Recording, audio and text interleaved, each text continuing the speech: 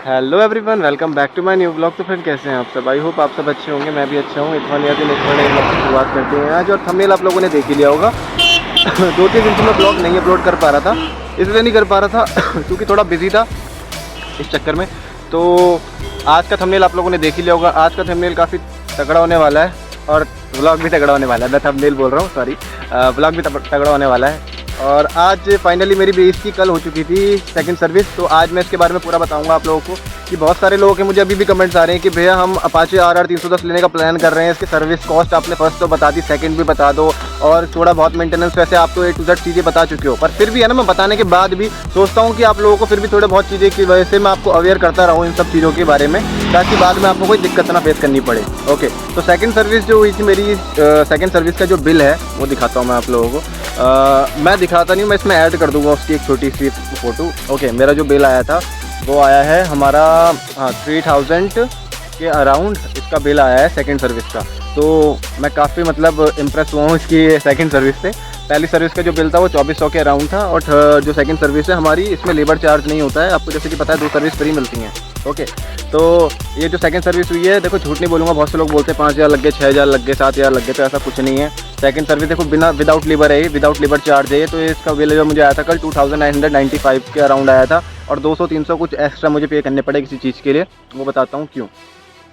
देखो second service जो मैंने हुई थी इसमें क्या हुआ था, जो सबसे महंगा जो चीज़ है इस बाइक में वो है इसका इंजन ऑयल। वो 1700 या 1800 रुपये के अराउंड इसका इंजन ऑयल पड़ता है। 400-450 रुपये का इसका जो राइट लेफ्ट वाला लीवर है जो टूट रखा था वो मैंने डलवाया, क्योंकि मेरे को बहुत दिक्कत फेस करनी पड़ती थी, उस लीवर के टूट रखा था, इसलिए प्रॉब्लम तो हो ही रही थी।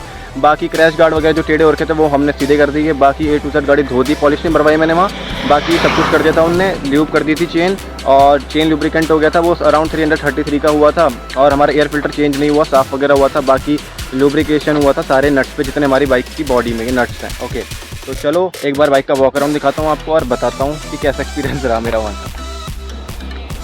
तो एक तो लोकेशन आप देख ही रहे हो, ये हमारी परमानेंट लोकेशन है, और ये अपनी बीच है यार, क्या लग रही है।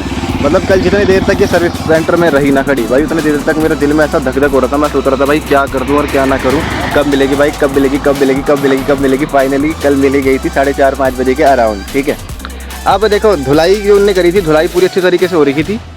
बस जो, हाँ, मेरे को एक बंदा कह रहा था भैया आप गलत बोल रहे हो, पहले धुलाई होती है उसके बाद ये लुब्रिकेशन वगैरह वाला जो प्रोसेस होता है वो होता है। हाँ सही बात है, ये चीज़ मैंने कल ऑब्जर्व भी करी, और ये सच में हुआ था ऐसा ही। पहले पूरी बाइक वॉश करी उनने, उसके बाद उनने सबसे पहले चेन क्लीनिंग वगैरह करी, उसके बाद और प्रोसेस आगे बढ़े वो अपना। ठीक है, बाकी जो ये लीवर था मैं आपको बता रहा था, जो ये वाला है ये मैंने चेंज करवा दिया है। इसकी कॉस्ट अराउंड 444 के अराउंड थी। ओके, बाकी क्रैश गार्ड ये वाला जो हमारा था ये तो पहले से सही था। जो ये वाला क्रैश गार्ड है ये हमने सीधा करा दिया। बाकी थोड़ी फेयरिंग मैंने खुलवाई थी, फेयरिंग खुलवाने के बाद इस क्रैश गार्ड को मैंने सीधा करवा दिया। सीधा करवाने के बाद अब काफ़ी अच्छा फील आ रहा है। बाकी सब कुछ सही था। जो हल्की फुल्की जो रेडिएटर के ऑयल होता है, ये वो जो हमारा कूलेंट होता है, ये ब्लैक फ्लूइड ऑयल होता है। बाकी हमारे जो पीछे का ब्रेक वाला ऑयल होता है, ये सारे टॉपअप होते हैं, बाकी और कुछ होता नहीं। सेकंड सर्विस में कुछ मेजर काम नहीं होता। बाकी चेन टाइट वगैरह हुई थी, और चलाने में अगर आप कहीं दूर रहते हो या कोई ऐसे बैकवर्ड एरिया में रहते हो जहाँ पे सर्विस सेंटर नहीं है, और मैं सही बताऊँ ना, जो मतलब जेन्युइन बात है, वो इस बाइक के सर्विस सेंटर भले बहुत सारे होंगे, पर ये हर जगह सर्विस नहीं होती इस बाइक की, ये आप जान लो। हर जगह इसकी सर्विस नहीं होगी, हर सर्विस सेंटर में इसकी सर्विस नहीं करेगा कोई भी। इसके लिए कोई प्रॉपर एक मैकेनिक होगा उस सर्विस सेंटर में जो इसकी सर्विस करेगा, वरना इसकी सर्विस ऐसे कोई इसे हाथ नहीं लगाएगा। और बाहर भी इस बाइक को हाथ मत लगवाने देना किसी को, क्योंकि काफ़ी दिक्कत हो जाएगी आप लोगों को अगर आप ऐसा करोगे तो। बाकी मैं सोच रहा था, ये देखो टायर्स जो है इसके 12000 से 13000 किलोमीटर के अराउंड ये घिए ख़त्म हो जाएंगे। ओके, बाकी देखो सब कुछ बढ़िया है। सेकंड सर्विस में कुछ ज़्यादा नहीं होता मेजर, मतलब कुछ डालते ही नहीं हो ज़्यादा, सिर्फ टॉपअप होता है और जो हमारा इंजन ऑयल होता है वो बदलता है। और जो मेन इस बाइक में है वो इंजन ऑयल इसका 1700 से 1800 के अराउंड है। ओके, तो आई होप आप लोग समझ गए होंगे। बाकी सर्विस सेंटर का बताऊँ तो मेरे यहाँ ऋषिकेश में सर्विस सेंटर का कुछ ऐसा खास नहीं है, पर हमारी वहाँ सेटिंग पूरी चलती है। तो इस चक्कर में मेरे को बाइक कल ही डिलीवर कर दी थी उनने, वरना वो 1 या 2 दिन बोल रहे थे कि 2 दिन छोड़नी पड़ेगी तब मिलेगी। तो भाई मेरा बहुत दिमाग ख़राब हो गया था। पर यह है कि अपना अच्छा व्यवहार रखो सबके साथ, तो आपकी बाइक आपको अच्छे से करके दे देंगे वो, ठीक है। तो ये सब चीज़ें थी। बाकी जो, हाँ, एक और चीज़ बताना भूल गया मैं आपको, लो जो इसका लॉक,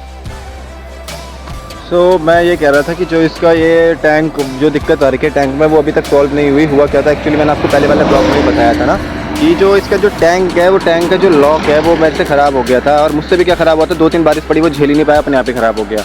अब मैंने उसे बाहर ठीक करवाया, मैं सर्विस सेंटर गया, सर्विस सेंटर वालों ने मुझे बोला कि गाड़ी को छोड़ना पड़ेगा 4 घंटे के लिए, तो मेरे पे इतना टाइम था नहीं कि मैं इसे छोड़ता वहाँ। तो मैं बाहर आया, मैंने खुद अपना जुगाड़बाजी करके इस टैंक को खुलवाया ताकि मुझे पेट्रोल के इसमें कराना था फिल। अब उसके बाद सब कुछ सही चल रहा है, अभी तक टैंक खुल भी रहा है, बंद भी हो रहा है, अभी तक हो रहा था सब। तो मैंने सोचा जब मैं सर्विस करवाऊंगा तो इसकी वारंटी में इसे चेंज करवा दूंगा, और इसकी जो कॉस्ट आती है वो है 3200 रुपये, 3200, समझ गए आप लोग।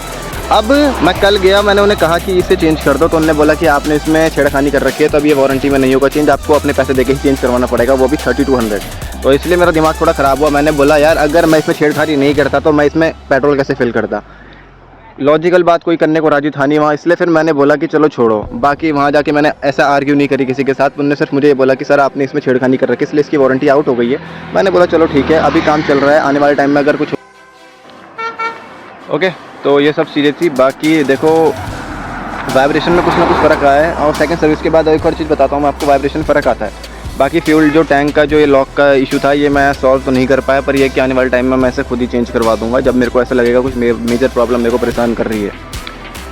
सेकंड सर्विस में जो है आपकी वाइब्रेशन थोड़ी बहुत नहीं, मतलब कम से कम 60-70 पर हद तक ये आपकी वाइब्रेशन कम हो जाएगी बिल्कुल। फर्स्ट सर्विस की तो नहीं बात करूँगा, पर सेकंड सर्विस में कम हो जाएगी। ओके, बाकी ये है कि जो एक्सपीरियंस है मैंने आप लोगों के साथ शेयर कर दिया। बाकी आपको बाइक छोड़नी पड़ेगी, आप ये सोचो कि अगर आप फ्रेंड्स, तो आई होप आप लोग समझ गए होंगे वाइब्रेशन का जो प्रॉब्लम है वो सॉल्व हो जाता है सेकंड सर्विस तक। आई होप आप लोगों को पूरी बात समझ में आ गई होगी। आ गई तो लाइक कर देना, शेयर कर देना, चैनल पे नहीं तो सब्सक्राइब कर देना, और एक लाइक तो बनता है इस लुक के लिए। ओके, मिलते हैं नेक्स्ट ब्लॉग में, तब तक ध्यान रखो अपना, फैमिली और अपना, ठीक है, बाय।